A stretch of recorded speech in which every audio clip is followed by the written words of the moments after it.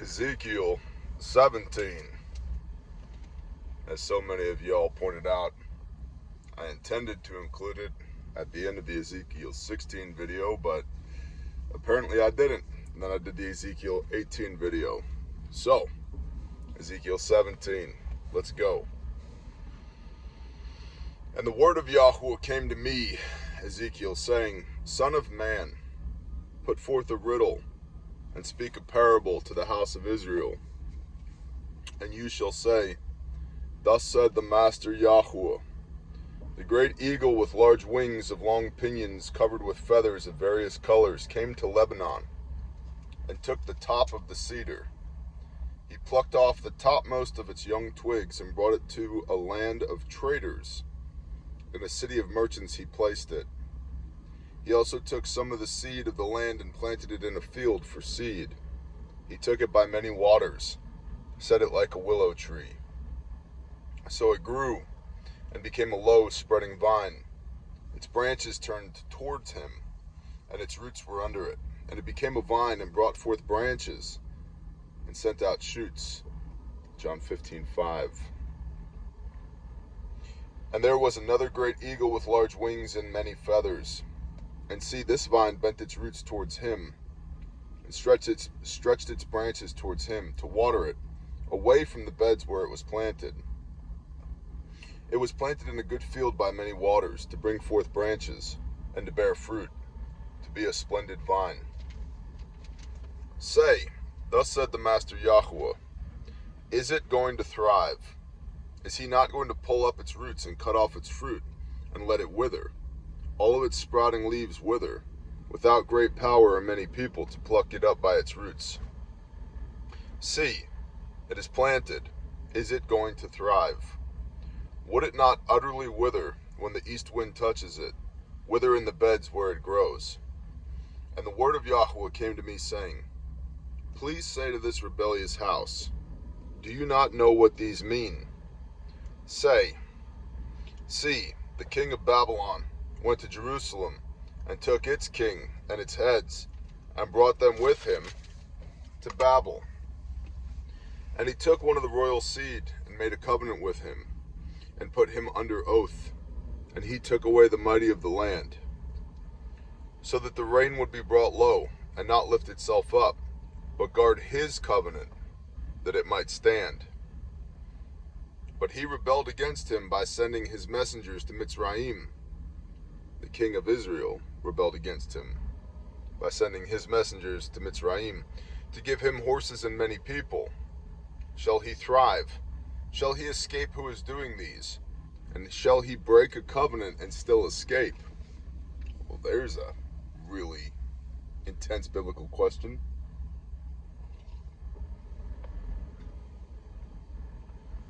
Shall he break a covenant and still escape?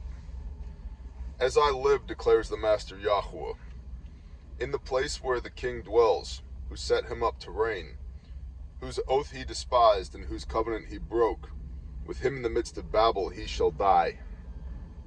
And Pharaoh, with his great army and great company, is not going to help him in battle, when they heap up a siege mound and build a wall to cut off many beings.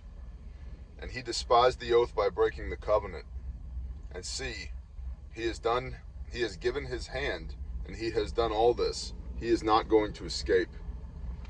Therefore, thus said the Master Yahweh, As I live, my oath which he has despised, and my covenant which he has broken, shall I not put it on his own head? And I shall spread my net over him, and he shall be taken in my snare.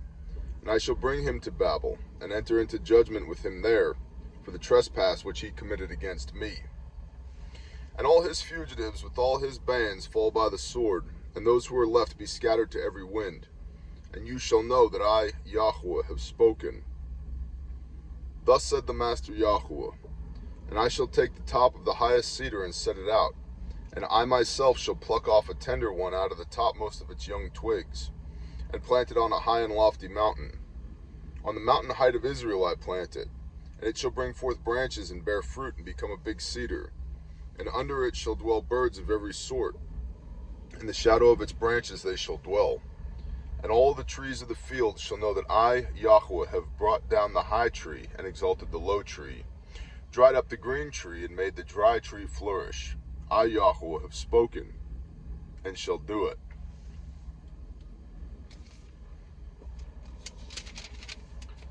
So, teaching in parables is a thing that men of Elohim do. And Yahweh is speaking to Ezekiel, Yehezkel here. Put forth a riddle and speak a parable to the house of Israel. The great eagle with large wings of long pinions covered with feathers of various colors came to Lebanon and took the top of the cedar. So, this has to do with the exiling of the Father's people into Babylon. And the king of Jerusalem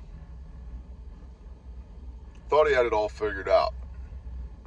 Instead of going into exile, which they earned by their transgressions, he reached out to the king of Egypt and said, maybe if I can get the Egyptians to come up here and fight with me, I won't have to suffer the ramifications of my actions. And even then, and see, there was an arrangement between the king in Jerusalem and the king of Babylon. The king in Jerusalem broke that arrangement, broke that covenant, broke that agreement when he brought up the Egyptians.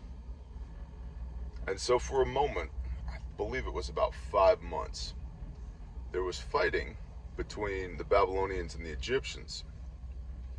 So for a moment, the attention was turned away from Jerusalem, away from Israel. But the Babylonians, they prevailed. And the judgment that the Father's people were supposed to get, it came anyway.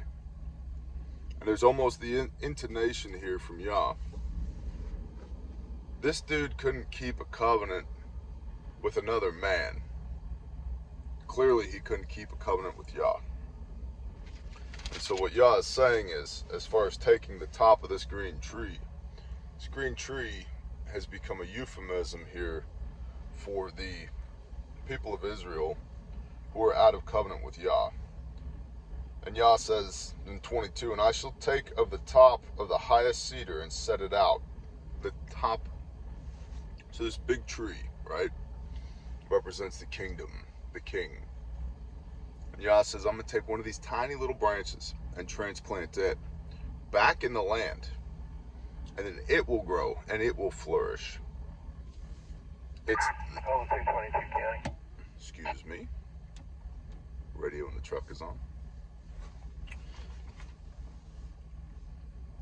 This little branch planted by Yah will flourish. It's the end of the reign, of the existing reign that went into exile. And on the mountain height of Israel I plant it, and it shall bring forth branches and bear fruit and become a big cedar, and under it shall dwell birds of every sort, a covering. And in the shadow of its branches they shall dwell.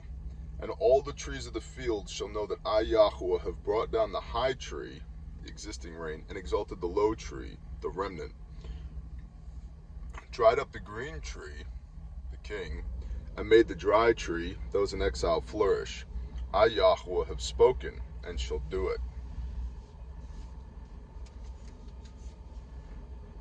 That's what we got in Ezekiel 17. That's why I meant to include it in 16, but I missed it. And so thank y'all for helping me be accountable to the fact that I did say, and I mean it, I intend to read every word of this Bible on camera. And so next week, we will do Ezekiel 19 and 20 and pick up where we should have left off after Ezekiel 18. I hope you all have a blessed day. Shalom.